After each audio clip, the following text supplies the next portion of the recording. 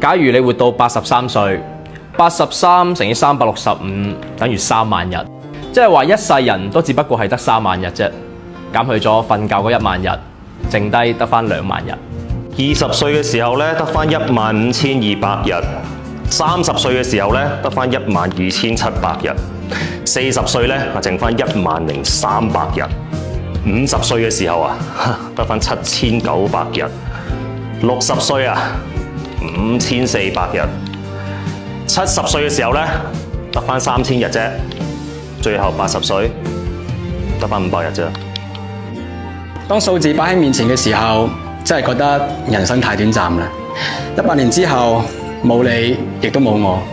我哋奮鬥一生，帶唔走一草一木；我哋執着一世，帶唔走一絲虛榮同愛慕。